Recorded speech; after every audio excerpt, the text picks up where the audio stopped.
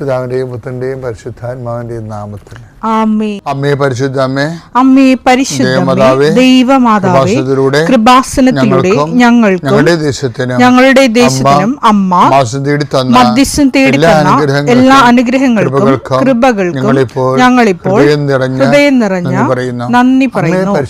അമ്മേ പരിശുദ്ധമേ, ദൈവമാതാവേ, 2004 ഡിസംബർ 7 ഉച്ചകഴിഞ്ഞ് 2:30 കൃപാസനത്തിൽ സംഭവിച്ച അമ്മയുടെ പ്രത്യക്ഷപ്പെടലിനെ കുറിച്ച് തിരുസഭയ്ക്ക് സമർപ്പിച്ചിരിക്കുന്ന പഠനരേഖകളുടെ മേൽ സഭാത്മകമായ പഠനം ആരംഭിക്കുവാൻ ഞങ്ങൾ പ്രാർത്ഥിക്കുന്നു.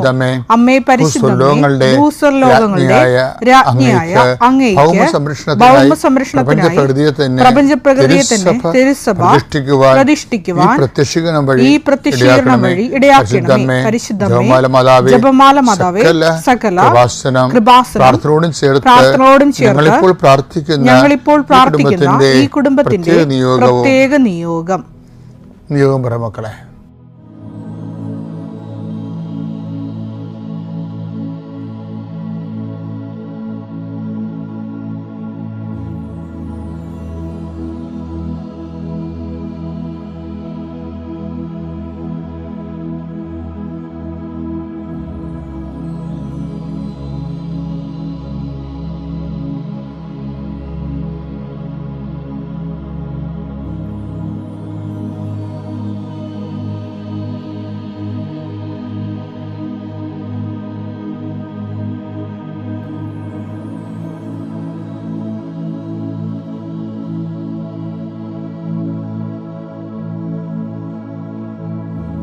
അമ്മയുടെ പ്രത്യക്ഷീകരണത്തിന്റെ ഈ അനുഗ്രഹവേളയിൽ ഞങ്ങൾക്ക് സാധിച്ചു തരുവാൻ കനിയണമേ. ആമേൻ. കർത്താവേ, നിന്റെ ഉന്നതമായ നാമത്തിന് സ്തോത്രം ചെയ്യുന്നു.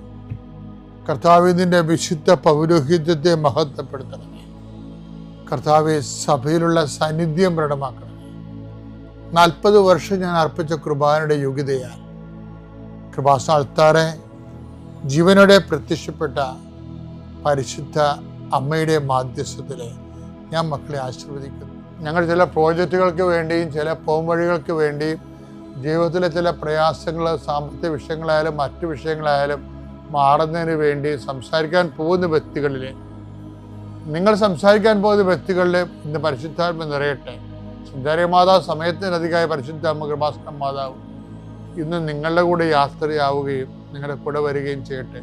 നിങ്ങൾക്ക് സംസാരിച്ച് ഒതുക്കാൻ പറ്റാത്ത വിഷയങ്ങൾ, നിങ്ങൾ സംസാരിച്ചാൽ ശരിയാകത്തില്ലെന്ന് തോന്നുന്ന സ്ഥലങ്ങളിൽ കർത്താവ് തന്നെ മറുപക്ഷത്ത് നിന്നുകൊണ്ട് നിങ്ങൾക്ക് അനുകൂലമായ ഒരു സാഹചര്യം ഉണ്ടാക്കിത്തരാൻ കർത്താവിൻ്റെ നാമത്തിൽ ഞാൻ നിങ്ങളെ ആശീർവദിക്കുന്നു.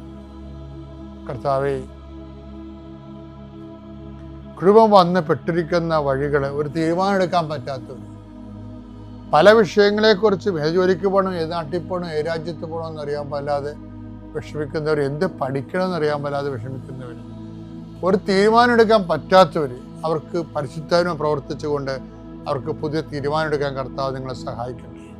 എൻ്റെ കർത്താവിൻ്റെ ഉന്നതമായ നാമത്തിൽ സഭയുടെ അധികാരത്തിൽ, കുരിശിൻ്റെ അടയാളത്തിൽ, ദൈവശക്തിയാൽ രോഗപീഠകൾ, വേദന രോഗങ്ങൾ, മറ്റ് വ്യക്തികളുമായിട്ടുള്ള വഴക്കുകൾ, കേസുകൾ, കോടതി കേസുകൾ, പോലീസ് കേസുകൾ, ഇൻ്റർവ്യൂകൾ, ടെസ്റ്റുകൾ, പരീക്ഷാ ഫലങ്ങൾ നിങ്ങൾക്ക് അനുകൂലമായിരിക്കാൻ പരിശുദ്ധ മാതാവിൻ്റെ മധ്യസ്ഥയിൽ ഞാൻ നിങ്ങളെ യേശുനാമത്തെ ആശീർവദിക്കുന്നു. വിശ്വാസ പ്രമാണം. സർവശക്തനായ പിതാവും ആകാശത്തിന്റെയും ഭൂമിയുടെയും സൃഷ്ടാവുമായ ദൈവത്തിൽ ഞാൻ വിശ്വസിക്കുന്നു. അവിടുത്തെ ഏകപുത്രനും ഞങ്ങളുടെ കർത്താവുമായ ഈശോമിശിഹായിലും ഞാൻ വിശ്വസിക്കുന്നു. ഈ പുത്രൻ പരിശുദ്ധാത്മാവിനാൽ ഗർഭസ്ഥനായി കന്യകാമറിയത്തിൽ നിന്ന് പിറന്ന് പൊന്തിയോസ് പീലാത്തോസിന്റെ കാലത്ത് പീഡകൾ സഹിച്ച് കുരിശിൽ തറയ്ക്കപ്പെട്ട് മരിച്ച് അടക്കപ്പെട്ട് പാതാളങ്ങളിൽ ഇറങ്ങി മരിച്ചവരുടെ ഇടയിൽ നിന്ന് 3-ാം നാൾ ഉയർത്ത് സ്വർഗത്തിലേക്ക് എഴുന്നള്ളി സർവശക്തിയുള്ള പിതാവായ ദൈവത്തിന്റെ വലതുഭാഗത്തിരിക്കുന്നു. അവിടെ നിന്ന് ജീവിക്കുന്നവരെയും മരിച്ചവരെയും വിധിക്കുവാൻ വരുമെന്നും ഞാൻ വിശ്വസിക്കുന്നു. പരിശുദ്ധാത്മാവിലും ഞാൻ വിശ്വസിക്കുന്നു. വിശുദ്ധ കത്തോലിക്കാ സഭയിലും പുണ്യവാന്മാരുടെ ഐക്യത്തിലും പാപങ്ങളുടെ മോചനത്തിലും ശരീരത്തിന്റെ ഉയർപ്പിലും നിത്യമായ ജീവിതത്തിലും ഞാൻ വിശ്വസിക്കുന്നു. ആമേൻ. സുഖസ്ഥനായ ഞങ്ങളുടെ പിതാവേ, അങ്ങയുടെ നാമം പൂജിതമാകണമേ. അങ്ങയുടെ രാജ്യം വരണമേ. അങ്ങയുടെ തിരുമനസ് സ്വർഗത്തിലെ പോലെ ഭൂമിയിലുമാകണമേ. അന്നു വേണ്ടുന്ന ആഹാരം ഇന്ന് ഞങ്ങൾക്ക് തരണമേ. ഞങ്ങളോട് തെറ്റ് ചെയ്യുന്നവരോട് ഞങ്ങൾ ക്ഷമിക്കുന്നത് പോലെ ഞങ്ങളുടെ തെറ്റുകൾ ഞങ്ങളോടും ക്ഷമിക്കണമേ. ഞങ്ങളെ പ്രലോഭനത്തിൽ ഉൾപ്പെടുത്തരുതേ, തിന്മയിൽ ഞങ്ങൾ രക്ഷിക്കണമേ. ആമേൻ. നന്മ തെളിഞ്ഞു മറിയമേ, സ്വസ്തി. കർത്താവ് അങ്ങയുടെ കൂടെ സ്ത്രീകളിൽ അങ്ങ് അനുഗ്രഹിക്കപ്പെട്ടവളാകുന്നു. അങ്ങയുടെ ഉദരത്തിൻ ഫലമായി ഈശോ അനുഗ്രഹിക്കപ്പെട്ടവനാകുന്നു. പരിശുദ്ധ മറിയമേ, തമ്പുരാന്റെ അമ്മേ, പാപികളായ ഞങ്ങൾക്ക് വേണ്ടി ഇപ്പോഴും ഞങ്ങളുടെ മരണസമയത്തും തമ്പുരാനോട് അപേക്ഷിക്കണമേ. ആമേൻ. നമ്മൾ ഇന്ന് ചിന്തിക്കാൻ പോകുന്നത് അടിമനസ്സിലെ അവിശ്വാസം എന്നുള്ള. അടിമനസ്സിലെ അവിശ്വാസം എന്ന് പറയുമ്പോൾ ഇപ്പോൾ ഞാൻ ഈ ദിവസങ്ങളിൽ കൈകാര്യം ചെയ്തിരിക്കുന്ന രശ്മി തോമസിൻ്റെ സാക്ഷ്യങ്ങളിൽ ഒരു കാര്യം അടിമനസ്സിലെ അവിശ്വാസമാണ്. ഇവർക്ക് 27 വർഷമായിട്ടുള്ള നടുവിന് രോഗമാണ്. ഭയങ്കര വേദനയാണ്. അവർക്ക് പള്ളിയിൽ പോകാൻ പോലും പ്രയാസമാണ്. പക്ഷെ അവർ രാത്രി ഈ വേദനയ്ക്ക് എങ്ങനെയെങ്കിലും ആശുപത്രിയിൽ പോയാൽ മതി എന്ന് വിചാരിച്ചുകൊണ്ട് അവർക്ക് ഇഴഞ്ഞാണ് അവർ വാഷ്റൂമിൽ പോണത്. തിരിച്ചു വരുന്നത് ഇഴഞ്ഞ വരുന്നത്. അപ്പോൾ അവർ സൈക്കിളിൻ്റെ ഭർത്താവിനെ വിളിക്കും, ഇതൊക്കെ എങ്ങനെ ആശുപത്രിയിൽ പോകണമെന്ന് പറയും. അപ്പോൾ അയാൾ വരുമ്പോൾ താമസിച്ച് പോകും. രാത്രി 11 മണിയാവും. അപ്പോൾ അദ്ദേഹം പറയും, നമുക്ക് പോയാലോ എന്ന് പറയുമ്പോൾ അവർ പറയും, ഇനിയിപ്പോൾ ഡോക്ടർമാരൊന്നും നല്ല ഡോക്ടർമാരൊന്നും കാണത്തില്ല, രാവിലെ പോകാം. അപ്പോൾ അവർക്ക് ബോധം വന്നത്, എൻ്റെ കുഞ്ഞുങ്ങളെല്ലാം ഉടമ്പടി തൈലം തേച്ചാണ് അവരുടെ രോഗങ്ങളിൽ നിന്നെല്ലാം അവർ മോചിതരാകണത്. കുട്ടികളും പോയി സ്വന്തമായിട്ട് ഉടമ്പടി എടുത്തിട്ടുണ്ട്. അപ്പം ഇനി എന്തുകൊണ്ടാണ് എനിക്ക് ഉടമ്പടി തൈലം തേക്കാൻ പറ്റാത്തത്? എനിക്കറിയാമല്ല, ഉടമ്പടി തൈലം എന്ന് പറയുമ്പോൾ ഒരു മരുന്നൊന്നും അല്ലത്. അതൊരു വിശ്വാസ പ്രയോഗമാണ്. എന്ന് വെച്ച് കഴിഞ്ഞാൽ നമ്മൾ ഇപ്പോൾ യേശു കർത്താവാണെന്ന് അത്തരം കൊണ്ട് ഏറ്റുപറയുകയും ദൈവം അവന് മരിച്ചെന്ന് ഉയർപ്പിക്കുകയും ചെയ്യുന്ന ഹൃദയത്തിൽ വിശ്വസിക്കുകയും ചെയ്യുമ്പോഴല്ലേ നമ്മൾ ക്രിസ്തുവിനെ രക്ഷ പ്രാപിക്കണത്. അപ്പോൾ അത് അത്തരം കൊണ്ട് ഏറ്റുപറയുന്ന പോലെ തന്നെ യേശു കർത്താവാണെന്ന് അത്തരം കൊണ്ട് ഏറ്റുപറയും ദൈവന് മരിച്ചെന്ന് ഉയർപ്പിക്കുന്ന ഹൃദയത്തിൽ വിശ്വസിക്കുകയും ചെയ്യുമ്പോൾ ആ വിശ്വസിക്കുന്നതിൻ്റെ ഭാഗമായിട്ടാണ് നമ്മൾ വിശ്വാസ പ്രയോഗം നടത്തും. വിശ്വാസ പ്രഖ്യാപനമുണ്ട്, വിശ്വാസം പ്രാർത്ഥനയുണ്ട്. വിശ്വാസം ദൈവസന്നിധിയിൽ പ്രകടിപ്പിക്കുമ്പോൾ അത് പ്രാർത്ഥനയാകും. വിശ്വാസം ജനങ്ങളുടെ മുമ്പിൽ പ്രകടിപ്പിക്കുമ്പോൾ അത് വിശ്വാസം പ്രഖ്യാപനമാകും. വിശ്വാസം ഒരു വ്യക്തിയിലോ ഒരു സാഹചര്യത്തിലോ പ്രയോഗിക്കുമ്പോൾ അത് വിശ്വാസ പ്രയോഗമാകും. ഉപ്പുടമ്പടി തൈലമൊക്കെ യേശു കർത്താവാണെന്ന് അത്തരം കൊണ്ട് ഏറ്റുപറഞ്ഞ് ദൈവവന് മരിച്ചെന്ന് ഉയർപ്പിച്ചെന്ന് ഹൃദയത്തിൽ വിശ്വസിക്കുന്നതിൻ്റെ ഭാഗമായിട്ട് തെറ്റാതെ വിശ്വാസ പ്രമാണം ചൊല്ലി, കർത്താവെ നിങ്ങൾ കുടുംബങ്ങളിലേക്ക് പോകുവാൻ, അവിടെയുള്ള രോഗികളെ സുഖപ്പെടുത്തുവാൻ എന്ന് പറഞ്ഞ വിശ്വസിക്കുന്നവരുടെ കൂടെ ഈ അടയാളം ഉണ്ടായിരിക്കും എന്ന് പറഞ്ഞില്ലേ? മർക്കോസ് 16:17. വിശ്വസിക്കുന്നവരുടെ കൂടെ അടയാളം ഉണ്ടായിരിക്കും. അവർ എന്റെ നാമത്തിൽ പിശാചുക്കളെ ബഹിഷ്കരിക്കും, പുതിയ ഭാഷകൾ സംസാരിക്കും, അവർ സർപ്പങ്ങളെ കയ്യിലെടുക്കും, മാരകമായ എന്ത് കുടിച്ചാലും അത് അവരെ ഉപദ്രവിക്കുകയില്ല, അവർ രോഗികൾ അതാണ് സംഭവം. അവർ രോഗികളുടെ മേൽ കൈവെക്കും, അവർ സുഖം പ്രാപിക്കും. വിശ്വസിക്കുന്നവർക്ക് കർത്താവ് നൽകുന്ന അടയാളം അതിൽ ഒന്നാണ് രോഗസൗഖ്യം. അപ്പോൾ അത് വിശ്വസിച്ചുകൊണ്ട്, കർത്താവിൻ്റെ നാമത്തിൽ വിശ്വസിച്ചുകൊണ്ട് യേശു കർത്താവാണെന്ന്, കർത്താവിൻ്റെ നാമത്തിൽ വിശ്വസിക്കുന്നത് എന്താണ്? യേശു കർത്താവാണെന്ന് അതിനെ കൊണ്ട് ഏറ്റു പറയണം. ദൈവം മരിച്ചെന്ന് ഉയർപ്പിച്ചെന്ന് ഹൃദയത്തിൽ വിശ്വസിക്കണം. എന്നിട്ട് അത് പ്രയോഗിക്കുമ്പോഴാണ് വിശ്വാസ പ്രയോഗം. അതിലാണ് ഈ ഉടമ്പടി തൈലമൊക്കെ തേക്കുമ്പോൾ. പക്ഷേ രശ്മി തോമസ് ഈ ഉടമ്പടി തൈലം എന്തുകൊണ്ട് ഞാനിങ്ങനെ ഉണ്ടെങ്കിലും, ഞാനിങ്ങനെ ഉടമ്പടിയിൽ ജീവിക്കുന്നുണ്ടെങ്കിലും ഇതുവരെ ഉടമ്പടി തൈലം അവർ സ്വന്തമായിട്ട് ഉപയോഗിച്ചിട്ടില്ല. അപ്പോൾ അവർ വിശ്വാസപ്രമാണം ചെല്ലി സ്വന്തമായിട്ട് ഉപയോഗിച്ചു. ആ സെക്കൻഡ് അവർ സൗഖ്യപ്പെട്ടു. ആ സാക്ഷി നമുക്ക് കേൾക്കാം. അവർ നേഴ്സിംഗ് പ്രൊഫസറാണെന്ന് ഓർക്കണം, അല്ല സാധാരണ ലേഡിയല്ല, നേഴ്സുമാരെ പഠിപ്പിക്കുന്ന പ്രൊഫസറാണ്. പക്ഷെ അവരെ ചെയ്യുമ്പോൾ അവർക്ക് സൗഖ്യം വരുന്നതിൻ്റെ കാരണം ഈ മർക്കോസിൻ്റെ 16:17 അവർ രോഗിയുടെ മേൽ കൈവെക്കും, അവർ സുഖം പ്രാപിക്കും. അവരുടെ അത് കൈവെക്കണമല്ല പ്രശ്നം, വിശ്വസിക്കുന്നതിൻ്റെ കൂടെയാണ്. പക്ഷേ വിശ്വസിക്കുമ്പോൾ ഒരു പ്രശ്നമുള്ളത്, നമ്മളെപ്പോഴും ശ്രദ്ധിക്കേണ്ടത്, നമുക്ക് വിശ്വാസമൊക്കെ ഉണ്ട്, പക്ഷേ നമ്മളുടെ വിശ്വാസത്തിൽ ദൈവം അവിശ്വാസം കണ്ടെത്തരുത്. അതൊരു വല്ലാത്ത പ്രശ്നമാണ്. പലരുടെയും വിശ്വാസം ദൈവം, ഇപ്പോൾ ഇവർ തന്നെ ഇത്രയും വലിയ നല്ല ലേഡിയായിട്ട് പോലും അവരൊരു അവിശ്വാസം ഇല്ലായിരുന്ന. അവരുടെ മക്കളൊക്കെ എല്ലാം രോഗപ്പെടുത്തെല്ലാം തേച്ച് സുഖപ്പെടുമ്പോൾ ഇവരെന്തുകൊണ്ടാണ് ചെയ്യാത്തത്? അവർക്ക് ഒരു അവിശ്വാസം ഉണ്ടാകും അതിനുള്ളിൽ. അതിന് ചിലർക്കാണ് ഈ അഭിഷേകം ഉള്ളത്. വിശ്വാസ പ്രയോഗത്തിൻ്റെ അഭിഷേകം ഉള്ളവർക്കാണ് അത് ചെയ്യാൻ എളുപ്പം. വിശ്വാസ പ്രയോഗത്തിൻ്റെ അഭിഷേകം ഉണ്ടാകണം. ദൈവം അവരുടെ പ്രയോഗങ്ങളെ അംഗീകരിക്കണം. അത് നമ്മുടെ വിശ്വാസത്തിൽ ദൈവം അവിശ്വാസം കണ്ടെത്തരുത്. അതുകൊണ്ടാണ് ഈശോ ചോദിക്കുന്നത്, എങ്കിലും മനുഷ്യപുത്രൻ വരുമ്പോൾ വിശ്വാസം കണ്ടെത്തുന്നില്ലേ? ലുക്കാ 18:8. എങ്കിലും മനുഷ്യപുത്രൻ വരുമ്പോൾ ഭൂമിയിൽ വിശ്വാസം കണ്ടെത്തും. ഭൂമിയിൽ എന്ന് വെച്ച് കഴിഞ്ഞാൽ ഓസ്ട്രേലിയയിലും അമേരിക്കയിലൊന്നും അല്ല, മനുഷ്യൻ്റെ ഹൃദയത്തിലാണ് ഉദ്ദേശിക്കുന്നത്. ഭൂമിയിൽ വിശ്വാസം കണ്ടെത്തുമോ എന്ന് വെച്ചാൽ ഭൂമി വിശ്വാസത്തിനുള്ളിൽ അവിശ്വാസം ഉണ്ടാകും. അതിപ്പോഴും ഉണ്ടല്ല. നമ്മളെപ്പോഴും ശ്രദ്ധിക്കേണ്ടത് നമ്മുടെ വിശ്വാസത്തിൽ അവിശ്വാസം ഉണ്ടോ എന്ന് നോക്കണം. അത് നിരന്തര ശ്രദ്ധ നമുക്ക് ഉണ്ടാകണം. പിതാവിൻ്റെയും പുത്രൻ്റെയും പരിശുദ്ധാത്മാവിൻ്റെയും നാമത്തിൽ. ദൈവമേ, നീയല്ല അനുവദിച്ചു തന്നത്, നീ ഇതിൽ എനിക്ക് എന്തോ നന്മ കണ്ടിട്ടുണ്ട്, നന്ദി ദൈവമേ. അത് പറയുമ്പോഴത്തേക്ക് അത് കൃപയായിട്ട് മാറും. ഇല്ല, അതിനെക്കുറിച്ച് നീ കരഞ്ഞുകൊണ്ടിരിക്കുമ്പോഴും ആ പ്രശ്നത്തെക്കുറിച്ച് ചിന്തിച്ചുകൊണ്ടിരിക്കുമ്പോഴും അത് പ്രശ്നമായിട്ട് നിൻ്റെ ജീവിതത്തിൽ നിലനിൽക്കും. Price the Lord. അപ്പോൾ നിനക്ക് വരണ പ്രശ്നത്തെ നീ അത് അംഗീകരിച്ച് അത് നന്ദി പറയുക. ആ കൃപയിൽ നീ വളരും. ഞാൻ പലപ്പോഴും കാണാറുണ്ട്, ചിലവർ എന്നോട് കൗൺസിലിങ്ങിന് ചില കൂട്ടർ എന്നോട് പറയാറുണ്ട്. പലവരും പല രീതിയിലാണ്. ചിലവർ പ്രശ്നത്തെക്കുറിച്ച് പിറവർക്കും കറിയും. ചിലവർ പറയും, എനിക്കിത് ദൈവം അനുവദിച്ച് തന്നതാണ്, എനിക്ക് പക്ഷേ വലിയ പ്രശ്നമാണ്, സാമ്പത്തിക പ്രശ്നമാണ് എന്ന് പറയും. എന്നാലും ഞാൻ സമർപ്പിച്ചിരിക്കുക, ദൈവം അനുവദിച്ച് തന്നാന്ന് ആര് പറയണോ, ഞാൻ ആ സമയത്ത് എന്നോട് പ്രാർത്ഥന ചോദിക്കുന്നവരോട് ഞാൻ പറയും, എൻ്റെ ചില പേയ്മെൻറ്റൊക്കെ അവിടെ ബ്ലോക്കായി കിടക്കുന്നുണ്ടാവും എൻ്റെ കച്ചവടത്തിൽ. ഞാൻ പറയും, എനിക്ക് വേണ്ടി ഒന്ന് പ്രാർത്ഥിക്കണേ. Price the Lord. എന്താ, എനിക്കറിയാം അവർ കൃപയിൽ നിറഞ്ഞിരിക്കുക. അവർക്ക് ഈ സഹനം ദൈവം അനുവദിച്ച് തന്നത് കൃപയിൽ വളർത്താൻ വേണ്ടിയിട്ടാണ്. അപ്പോൾ ഞാൻ പ്രാർത്ഥിക്കുമ്പോൾ അത് അത്ഭുതകരമായിട്ട് ഞാൻ നോക്കുന്നുണ്ട്. അത് എൻ്റെ കാര്യങ്ങൾ നടന്നു കിട്ടാറുണ്ട്. Price the Lord. അതുപോലെ തന്നെ ഞാൻ ഇത് അസുഖമായിട്ട് കിടപ്പിലാകുമ്പോൾ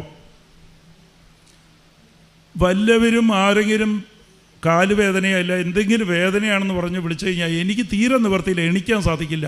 ആ സമയത്ത് പ്രാർത്ഥിക്കുന്ന പ്രാർത്ഥന അപ്പോൾ അവർക്ക് അനുഭവമായിട്ട് മാറുന്നുണ്ട്. Price the Lord. അത് 1 കൊരിന്ത്യർ 6:9-10 ഞാൻ ദരിദ്രനാണെങ്കിൽ പോലും ഞാൻ പലവരെയും സമ്പന്നനാക്കും, എൻ്റെ ബലഹീനതയിൽ ഞാൻ പലവരെയും ശക്തിപ്പെടുത്താറുണ്ട്. Praise the lord. Saint Paul പറയുന്ന എന്ന് വെച്ചാൽ നിൻ്റെ ബലഹീനതയിലേക്ക് ദൈവം അനുവദിച്ചു കൊടുക്കുന്നത് പലവരെയും നിന്നെക്കൊണ്ട് ശക്തിപ്പെടുത്താൻ വേണ്ടിയിട്ടാണ്, പലവരും ശക്തി പ്രാപിക്കാൻ വേണ്ടിയിട്ടാണ്. നിന്നെ കൃപയിൽ നിറച്ച് നിൻ്റെ കുടുംബം, ചിലപ്പോൾ നിൻ്റെ ഭർത്താവാകാം, മക്കളാകാം, ആ സമയത്താണ് നിനക്കൊരു സഹനം വരുമ്പോൾ അത് എങ്ങനെ ഏറ്റെടുക്കുക? ആ സഹനം, നന്ദി ദൈവമേ, എന്നെ നീ ശക്തിപ്പെടുത്തിയിരിക്കുകയാണ്, എന്നെ കൃപയിൽ നിറച്ചിരിക്കുകയാണ്. ഞാൻ ഈ കൃപ കൊണ്ട് നീ നിൻ്റെ കുടുംബത്തിന് വേണ്ടി പ്രാർത്ഥിക്കുക, അയൽക്കാർക്ക് വേണ്ടി പ്രാർത്ഥിക്കാം. നിൻ്റെ കൺമുമ്പിൽ ദൈവം കാണിച്ചു തരും നിന്നെ പ്രയോജനപ്പെടുത്താൻ വേണ്ടി. നീ പ്രാർത്ഥിക്കുമ്പോൾ ആ പ്രാർത്ഥന അപ്പം കേൾക്കും. Price the Lord. ആരെങ്കിലുമൊക്കെ പ്രാർത്ഥിക്കുകയാണ്, നമ്മളുടെ കയ്യിൽ അക്കൗണ്ടിൽ കാശില്ലാതെ നീ മധ്യസ്ഥം പ്രാർത്ഥിച്ചാൽ നിൻ്റെ അക്കൗണ്ടിൽ കാശില്ലാതെ മധ്യസ്ഥം പ്രാർത്ഥിക്കാൻ പറ്റില്ല. അതുപോലെ അക്കൗണ്ടിൽ കാശില്ലാതെ നീ വല്ലവർക്ക് ചെക്ക് എഴുതി കൊടുത്താൽ അത് വണ്ടി ചെക്കാണ്, അതുകൊണ്ട് ആർക്കും പ്രയോജനം ഉണ്ടാകില്ല. അപ്പം നീ ആർക്കെങ്കിലും വേണ്ടി പ്രാർത്ഥിക്കണമെങ്കിൽ നിൻ്റെ അക്കൗണ്ടിൽ കാശുണ്ടാകണം, അത് കൃപയുണ്ടാകണം. ആ കൃപ നിന്നെക്കൊണ്ട് മറ്റുള്ളവർക്ക് മധ്യസ്ഥം പറയിപ്പിക്കാൻ വേണ്ടിയിട്ടാണ് ദൈവം നിന്നെ കൃപയിൽ നിറപ്പിക്കുന്നത്. കൃപയിൽ നിറയ്ക്കണമെന്നുണ്ടെങ്കിൽ നിനക്ക് സഹനം അനുവദിച്ച് തരുന്നതാണ്. ആ സഹനം നീ ഏറ്റെടുക്കണം നന്ദിയോട്. Praise the lord. ഹല്ലേലൂയ. അപ്പോൾ ദൈവത്തെക്കുറിച്ച് നമുക്കൊരു അവബോധം ഉണ്ടാകണം. എൻ്റെ ദൈവത്തെക്കുറിച്ച് അസാധ്യമായത് ഒന്നും തന്നെ ഇല്ല. ആ ഒരു അവബോധം നിനക്കുണ്ടാകണം. എൻ്റെ പ്രശ്നമൊക്കെ നിസ്സാരമാണ്, എനിക്ക് വലുതായിരിക്കാം ആ പ്രശ്നം, ഈ ലോകത്തിന് അത് വലുതായിരിക്കാം, പക്ഷേ എൻ്റെ ദൈവത്തിന് അത് നിസ്സാരമാണ്. അപ്പം ഞാൻ ശാന്തതയോടെ ഇരിക്കും, ദൈവ സാന്നിധ്യത്തിലിരിക്കും. ഇത് ഞാൻ ഏറ്റെടുക്കും. നന്ദിയോടെ പിറുപിറുക്കില്ല, കുറ്റം പറയില്ല, സങ്കടപ്പെടില്ല. ഞാൻ പ്രാർത്ഥിക്കുക മാത്രം ചെയ്യും. മറ്റുള്ളവർക്ക് വേണ്ടി പ്രാർത്ഥിക്കണം. നിൻ്റെ സഹന സമയത്താണ് നീ കാരുണ്യ പ്രവൃത്തി ചെയ്യേണ്ടത്. കാരുണ്യ പ്രവൃത്തി മറ്റുള്ളവർക്ക് വേണ്ടി പ്രാർത്ഥിക്കുന്നതാണ്, മധ്യസ്ഥം പ്രാർത്ഥിക്കുന്നതാണ് ഏറ്റവും വലുത്. അതിന് നിനക്ക് കൃപയുണ്ടാകണം. അതിന് ദൈവം അനുവദിച്ച് തരും. Price the lord. ഹല്ലേലൂയ. നമ്മൾ ഉടമ്പടി എടുക്കാൻ വരുമ്പോഴത്തേക്കും ഉടമ്പടിയുടെ മെയിൻ അതിനെക്കുറിച്ചൊരു അവബോധം ഉണ്ടാവണം.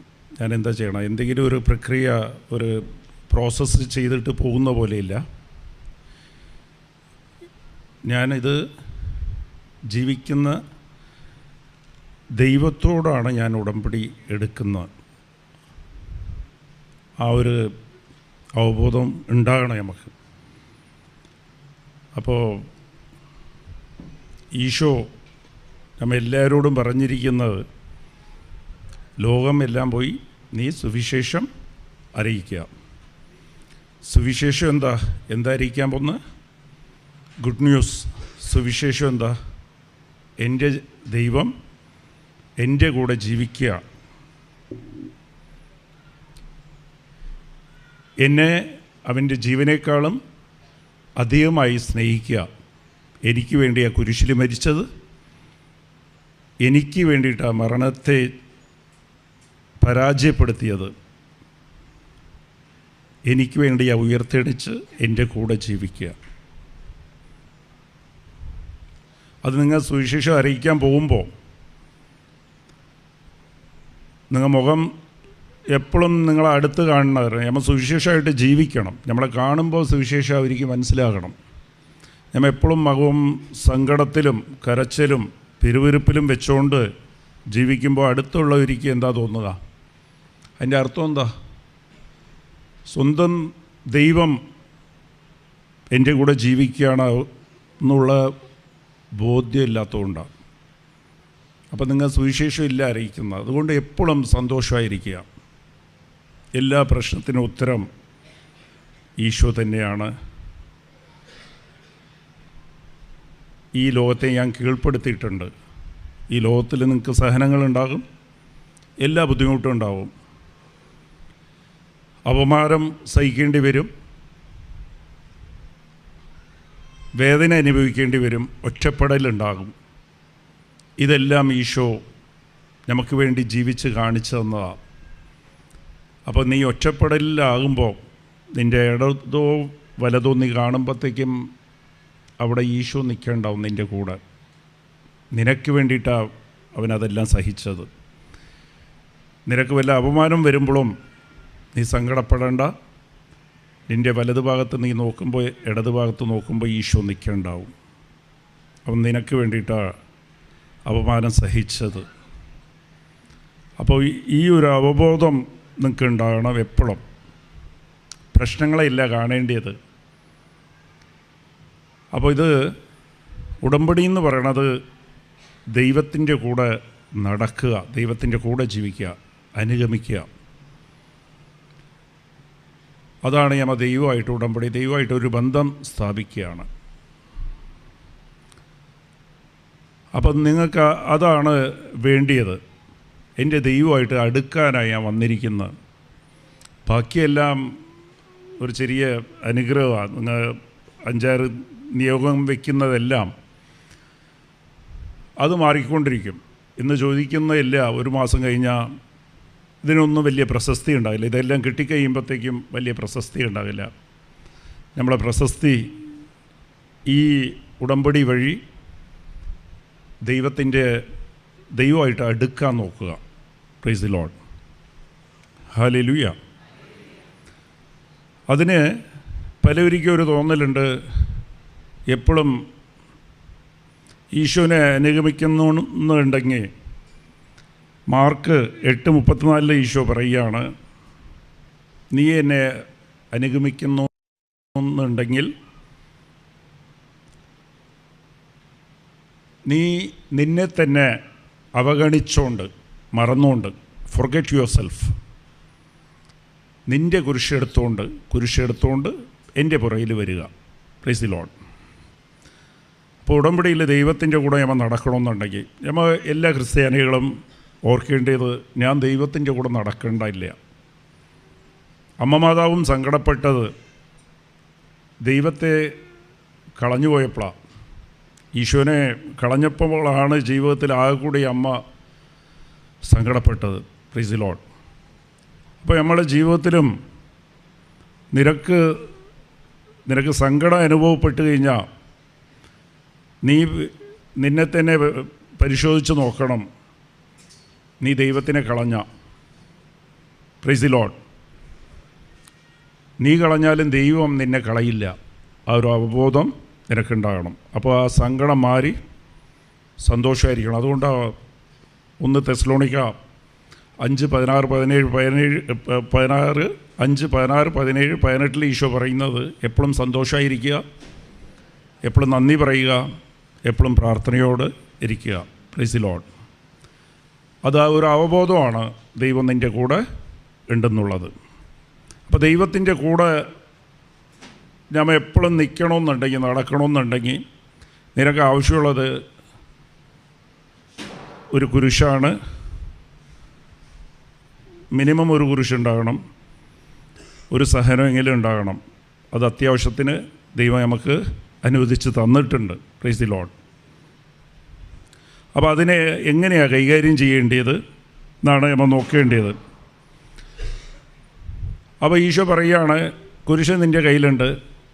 അപ്പോൾ പുറകിൽ നടന്ന് വെന്നുന്നുണ്ടെങ്കിൽ, ദൈവത്തിൻ്റെ കൂടെ തന്നെ നീ നിൽക്കണമെന്നുണ്ടെങ്കിൽ, ദൈവം നിൽക്കേണ്ടത് നമ്മളാ മാറിപ്പോകുന്നത്, ഓടിപ്പോകുന്നത്. ദൈവം നിനക്ക് വേണ്ടിയിട്ടാണ് നിൽക്കുന്നത്.